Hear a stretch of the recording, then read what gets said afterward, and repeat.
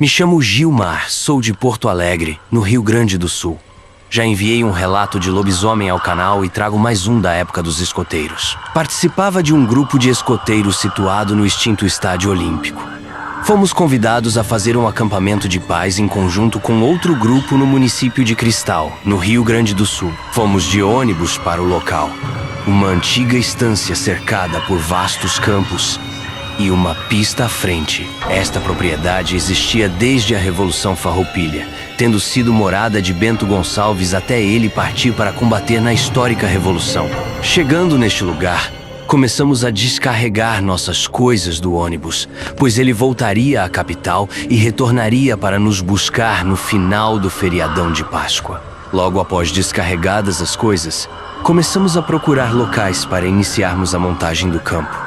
Próximo à casa, montamos um toldo, onde fizemos uma espécie de cozinha central, e ali ficavam os chefes. O dia foi praticamente dedicado a esta função de montagem de barracas.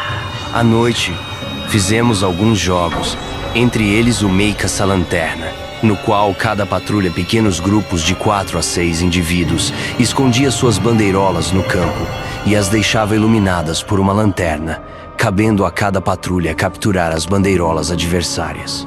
Durante o jogo, uma das equipes se aproximava de uma bandeirola quando ouviram uma voz autoritária e firme dizendo: "O jogo acabou."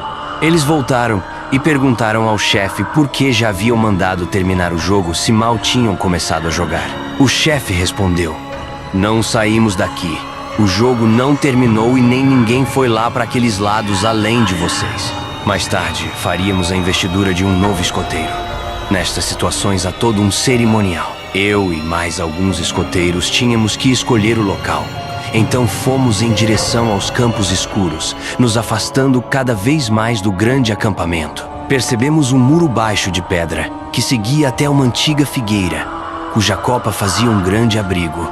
Ali decidimos montar o cerimonial. Acendemos 2 tochas, uma em cada lado da grande árvore, e ao centro colocamos a bandeira do Brasil. Abaixo, um pedaço de toco com uma machadinha cravada, simbolizando o adestramento e o trabalho escoteiro. Passando da meia-noite, chamamos a tropa, formando um círculo, e o novo membro ficou ao centro. Quando ele começou a recitar o juramento, uma grande ventania apagou as 2 tochas subitamente. A bandeira foi arrancada, pairou no ar formando um redemoinho e caiu ao chão violentamente. Saímos correndo do local, que era bem afastado de nosso acampamento. No dia seguinte, ao relatar o ocorrido ao caseiro, ele nos disse que onde estávamos era um cemitério de escravos. O muro de pedra terminava no centro, onde existia aquela grande figueira. No sábado, o dia foi bem corrido, fizemos nossas atividades e tarefas. Como sempre, o tempo fechou e uns escoteiros seniores estavam atrás do grande campo. Com a tormenta que se aproximava, eles ficariam presos no local e também corriam o risco de se envolverem em um grave acidente decorrente de raios ou enxurradas. Então, eu e mais 4 chefes pegamos uma estrada de chão batido que era iluminada pelos clarões dos relâmpagos e raios que caíam no horizonte. Do nada surgiu um grande cachorro branco sentado na beira da estrada, muito imponente, lembrando um cão pastor alemão. Comentamos: "De onde surgiu este cachorrão?" Meu colega disse: "Vamos para os cantos da estrada, pois ele está se preparando para nos atacar." Mal Mauro terminou a frase. O cão se pôs em posição de ataque e começou a correr em nossa direção. Era tão rápido que suas patas eram jogadas para frente e para trás, como um lobo faz para capturar sua presa. Quando estava a uns 2 metros de nós, saltou contra a gente. Sua imagem foi evaporando como uma fumaça, começando das patas traseiras até a sua cabeça. No meio da escuridão, pudemos ver como foi toda a aparição. Procuramos em volta para ver se ele estava por ali ou onde poderia ter caído, mas nada. Sumiu como cerração. No outro dia, um domingo, desmontando o campo, lembrávamos dessas 2 noites marcantes no município de Cristal, Rio Grande do Sul. Fomos para a casa da irmã dela, que é a mesma coisa que fosse minha tia. Eu não gostava muito de ir lá, principalmente à noite. Lá era um interior bem afastado da cidade. Só tinha uma plantação enorme de cana-de-açúcar na frente e poucas casas do lado. O resto era só mato mesmo. Então logo chegou o carnaval e logo depois a quaresma. Nessa época eu estava com 11 anos.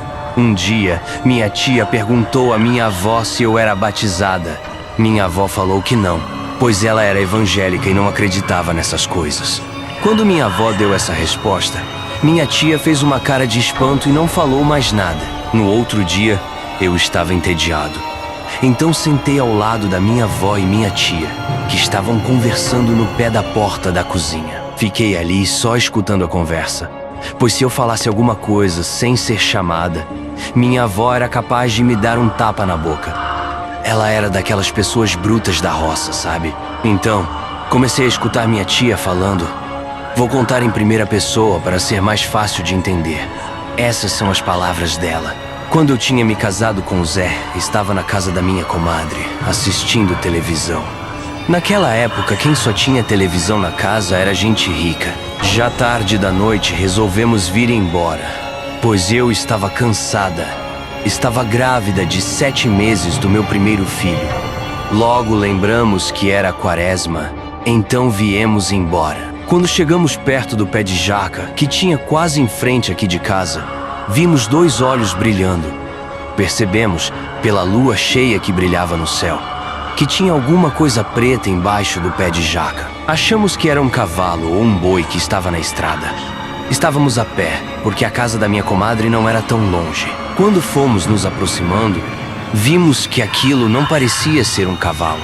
Então Zé ficou na minha frente e tirou da cintura uma faca que ele sempre carregava. Pois como estávamos a pé em uma estrada escura, era bom ter algum modo de se defender, mesmo que naquela época não tivesse assalto algum por aqui. Cada vez que chegávamos mais perto daquilo, sentíamos um cheiro horrível de carniça, o que me fez querer vomitar, já que eu estava grávida. Então aquela coisa saiu debaixo do pé de jaca e tivemos aquela horrível visão do inferno. Aquela coisa era o próprio demônio mesmo. Estava de 4 patas, era do tamanho de um boi de porte pequeno. Tinha os pelos negros e arrepiados, os olhos amarelos, as orelhas grandes que quase cobriam seus olhos. Aquilo começou a grunhir igual um porco. Meu marido apontou a faca para ele, mas ele não olhou nem um segundo para meu marido. Aquele bicho só olhava para minha barriga e babava com os dentes para fora. Aquilo ficou sob 2 patas. Ele alcançava fácil 2 metros de altura. Então ele começou a vir desengonçado e lentamente até nós. Estávamos paralisados de medo e não tivemos reação alguma. Aquele bicho chegou bem na nossa frente. Deu a volta pelo meu marido e vinha na minha direção. Do nada, aquele bicho levantou os braços. E com certeza, ele queria enfiar as garras na minha barriga para tirar meu bebê. Nessa hora, o Zé jogou um candinheiro em cima dele e conseguiu golpeá-lo embaixo do braço. O bicho deu um grunhido de dor e saiu correndo, quebrando a cana. Fomos para casa com o coração acelerado e eu comecei a sentir dores na barriga. Mas aos poucos tentei me acalmar e aquelas dores foram passando. Naquela noite, aquela coisa não voltou mais. Assim que meu filho nasceu, batizamos ele e nunca mais vimos aquela coisa. Isso foi o que minha tia disse. E eu fiquei prestando atenção sentado ali. Sempre gostei dessas histórias de lobisomem e como já sabia de muitas histórias. Logo, eu soube que aquilo que ela viu era um lobisomem. Passou-se exatamente 5 dias e era numa sexta-feira de quaresma. Quando acordamos de manhã, estava faltando energia. E não sei porquê, talvez uma ironia do destino para nos colocar medo. Passou o dia todo. Chegou a noite, então estava escuro. Eu e minha avó não dormíamos na casa da minha tia porque era muito pequena. Nós dormíamos ao lado em uma casa que ainda estava em construção. Ela já estava toda coberta, mas não tinha a porta de trás da cozinha. Era apenas uma cortina fechando. O tempo foi passando e nós não conseguimos dormir. Ficamos ali conversando sobre o meu primo. Estávamos sentindo muita falta dele. Não sei quanto tempo se passou, mas do nada começamos a ouvir um monte de cachorros latindo. Logo fiquei com medo, porque toda a vida fui medrosa mesmo. De repente, escutamos um uivo que parecia vindo do inferno e minha avó falou: "Misericórdia!" Ficamos paralisadas na cama. Dá pra imaginar nosso medo, não tínhamos proteção nenhuma naquela casa, pois estava sem porta. Aquilo dava no intervalo de 2 minutos para cada uivo e cada vez mais perto. Eu, muito corajosa que sou, comecei a gritar chamando pela minha tia. Ela respondeu que era um cachorro que ela tinha na frente da casa.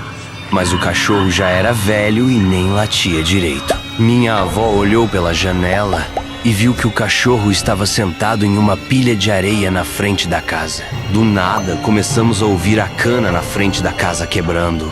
Dá pra saber nosso desespero, né? Minha avó começou a orar pedindo a Deus proteção, por incrível que pareça. Aqueles uivos duraram mais ou menos uns 15 minutos. E do nada, pararam. Mas a cana na frente da casa continuou quebrando. Era aquela barulheira. De repente, fez-se um silêncio e nós percebemos que tinha algo correndo na cana e se distanciando da casa. Quando não estávamos escutando mais nada, por incrível que pareça, a luz voltou. Minha tia foi até nossa casa para ver como estávamos. Minha avó falou que estávamos bem e ela perguntou se queríamos dormir na casa dela, só que teríamos que dormir no sofá. Minha avó não quis, pois tinha problemas na coluna e não ia ter como dormir no sofá. Então ficamos lá. Não consegui dormir naquela noite. No outro dia, implorei a minha avó para irmos embora. Ela falou que só teria como ir na segunda. Então tivemos que dormir ali no sábado e no domingo ainda. Mas, graças a Deus, não aconteceu nada. Na segunda, fomos embora. E até hoje, eu não voltei mais lá. Nós não chegamos a ver nada naquela noite, mas com certeza tinha alguma coisa horripilante dentro das canas. Deus foi tão bondoso e protegeu a gente que nada aconteceu. Hoje, conto essa história com saudades, pois meu avô faleceu há 2 anos e minha avó faleceu em maio desse ano, devido a essa pandemia. Infelizmente, aconteceram coisas ao longo do ano e eu não morava mais com ela. Atualmente estou morando na Bahia e ela faleceu em Alagoas, na casa onde aconteceu esse relato. Quando meu avô faleceu, ela voltou a morar lá com a irmã dela para não ficar sozinha. Esse vírus maldito nos pegou de surpresa e levou a coisa mais preciosa que eu tinha na minha vida. Então resolvi contar esse relato em homenagem a ela, pois ela sempre gostava de contar essa história para as pessoas que acreditavam. Boa noite.